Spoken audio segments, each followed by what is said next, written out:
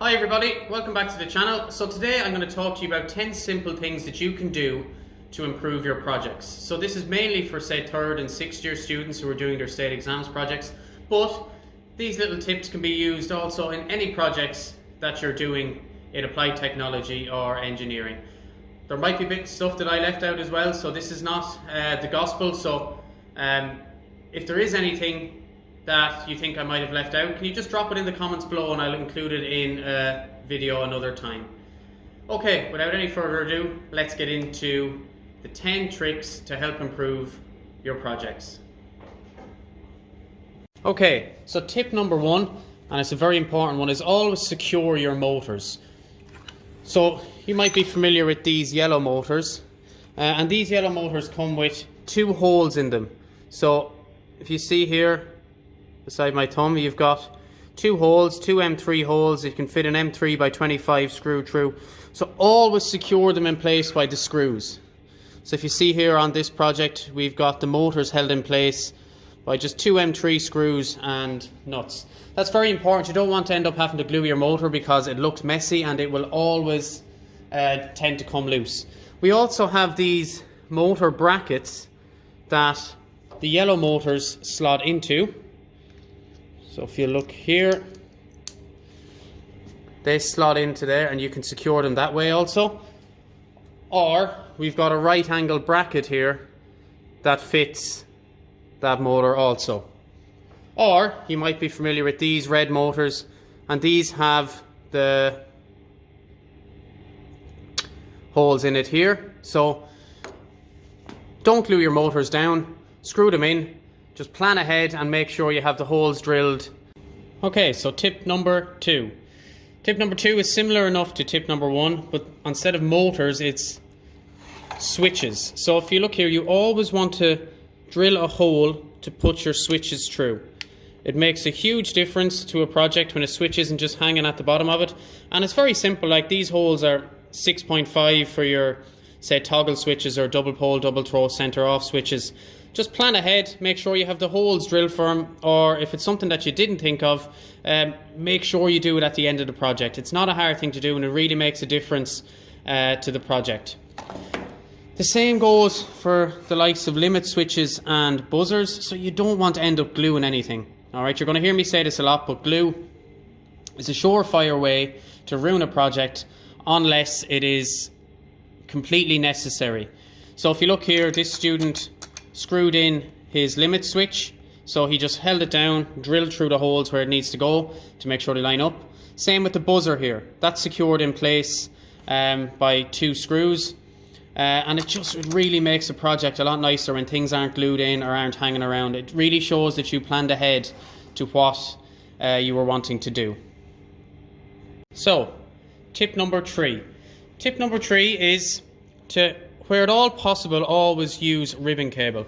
So this student had quite a number of electronics in his remote here, and instead of having 8 different wires coming down to his project here, the ribbon cable is a really tidy way to do your electronics. If you notice here also, the ribbon cable going to the motors as well, it just makes it so much neater and tidier. Now, you've seen this also before on the channel. If you can't use ribbon cable, my advice would be, where at all possible, to twist the wires. So here's your 2 wires. Hold in the drill, pinch it and twist it. And what you end up with is a nice kind of single weave of wire. So if you don't have access to ribbon cable, I would recommend doing that.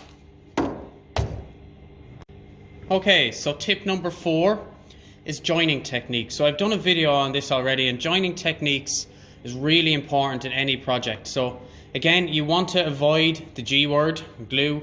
Do not glue anything. It shows a lack of planning and a lack of skill. It's the easy way out, glue. So you just want to make sure that you plan ahead. So I'd advise you to look at the joining techniques video. Here's an example of, say, metal to wood. So you use your wood screw.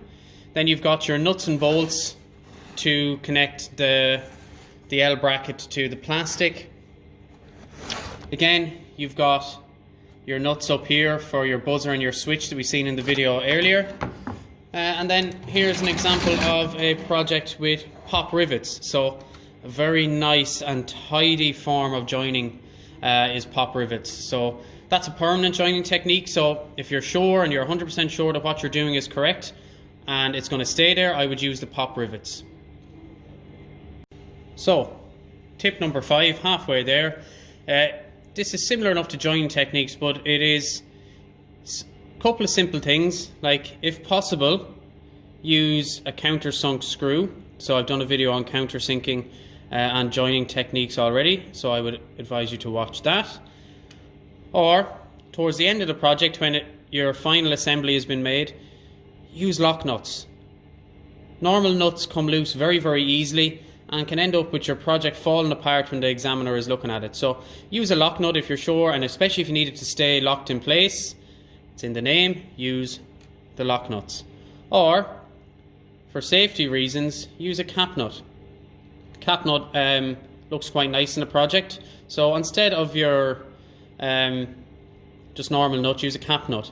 And that links in as well to using the correct size screws. So if you see here on the motor here, this student used the correct size screw, so there's not, say, an extra 10mm from the machine screw hanging off. He cut them to size that they're not sticking out, for health and safety reasons also.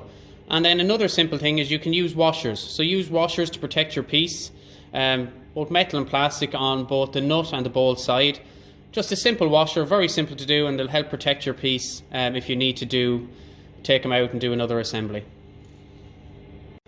Okay, so tip number 6 refers to your battery. So one of the worst things in the project is a battery that is just falling around the project. So what we started to use is Velcro to keep it in place. So it makes it very easy to change, but it also keeps it nice and sturdy and in place.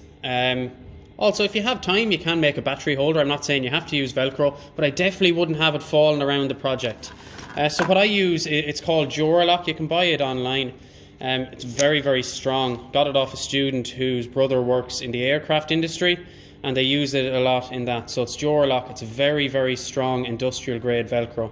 Normal Velcro works fine, but the Duralock stuff is good. If you can get it, I'd use the Duralock. It's can be bought online, eBay, Amazon, and the likes. So tip number 7 is finishes. So I've touched on this before in an earlier video and done a demonstration on it, but finish is a huge part of any project. It really, really, really makes the project if you've got a good finish. So that's something that doesn't require that much skill or knowledge. It's, you know, just a little bit of hard work, you know, a couple of minutes on each grade of emery paper, steel wool. Anybody can do it if you put your mind to it, and it's something that is really worth taking the time to do.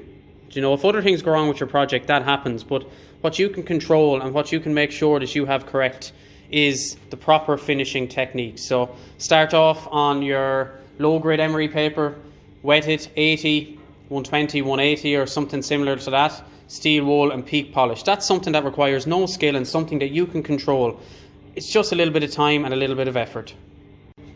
Okay, so tip number 8 is to raise up your bases. If you've nowhere to store the electronics that is practical, raise up your base. So it's also an opportunity to show off some other skills. So this student took the opportunity. He needs to house his mechanism and his electronics underneath the project. So he used this to show off some lathe skills. So turned some aluminium on the lathe, drilled and tapped it.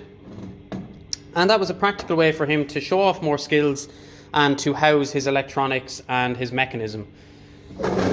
Similar enough here. So this student, it's a lovely project actually, modelled on the Millennium Bridge in Newcastle, I believe.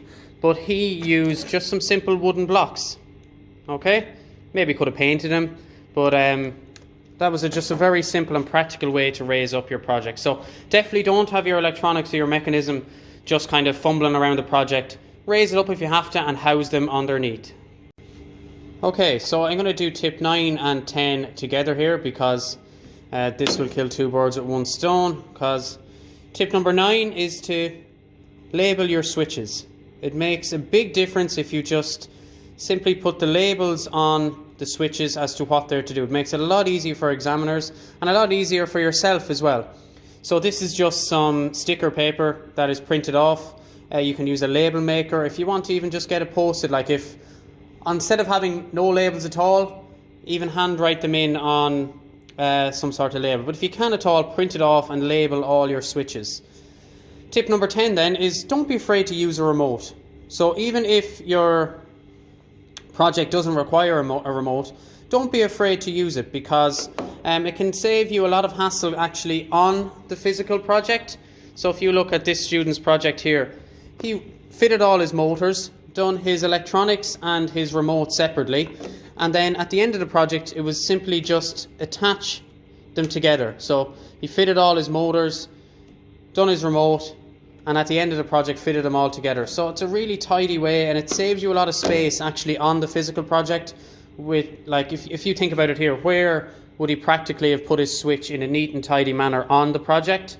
But instead he has it here, separated with the ribbon cable that we talked about earlier, and he can then focus on securing all his motors on his project where needed. Okay, thank you for watching, everybody. So like I said at the start of the video, there might be more things that we can add to this list. So this is only 10 things. So if you're a student or teacher and there's something that you think I left out or you think I could do better, just drop it in the comments below or get in contact with me on Twitter. I'd love to hear and I'd love to add them into a future video. Yeah, that's it basically. Thank you for watching, and I will see you all in the next video.